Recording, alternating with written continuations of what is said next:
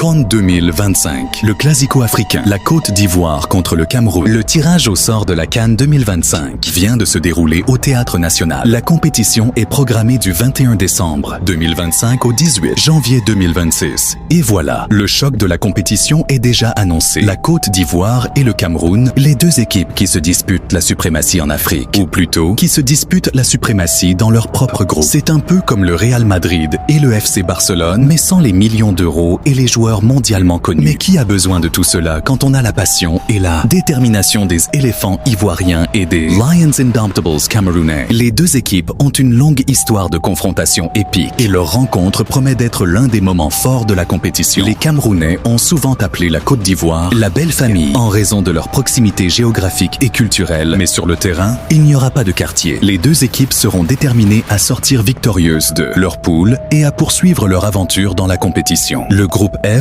sera également composé du Gabon et du Mozambique, deux équipes qui chercheront à créer la surprise. Mais l'attention sera surtout focalisée sur la Côte d'Ivoire et le Cameroun, deux équipes qui ont toujours produit des matchs de haute qualité lorsqu'elles se sont affrontées. C'est un peu comme le Classico africain, mais sans les tensions et les controverses qui accompagnent généralement ce type de match. Non, ici, c'est juste une question de qui sera le meilleur et qui aura le droit de se vanter d'avoir battu son voisin. La CAN 2025 s'annonce comme une compétition de très haute qualité et on ne peut qu'attendre avec impatience le coup d'envoi de la compétition. Et qui sait, peut-être que la Côte d'Ivoire et le Cameroun nous réservent une surprise et que l'un d'eux ira jusqu'au titre. Mais pour l'instant, on se contente de savourer la perspective de ce choc entre deux équipes qui ont toujours su nous offrir du spectacle.